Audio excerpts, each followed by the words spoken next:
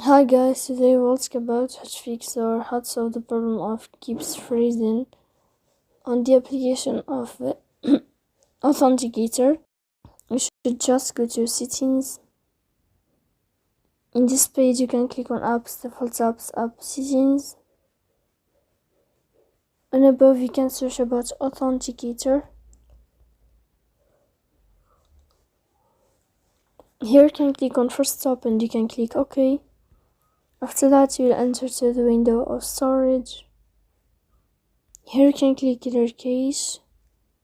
Don't click clear data because that can cause the errors that can delete your account. So please don't forget to support us by liking and subscribe.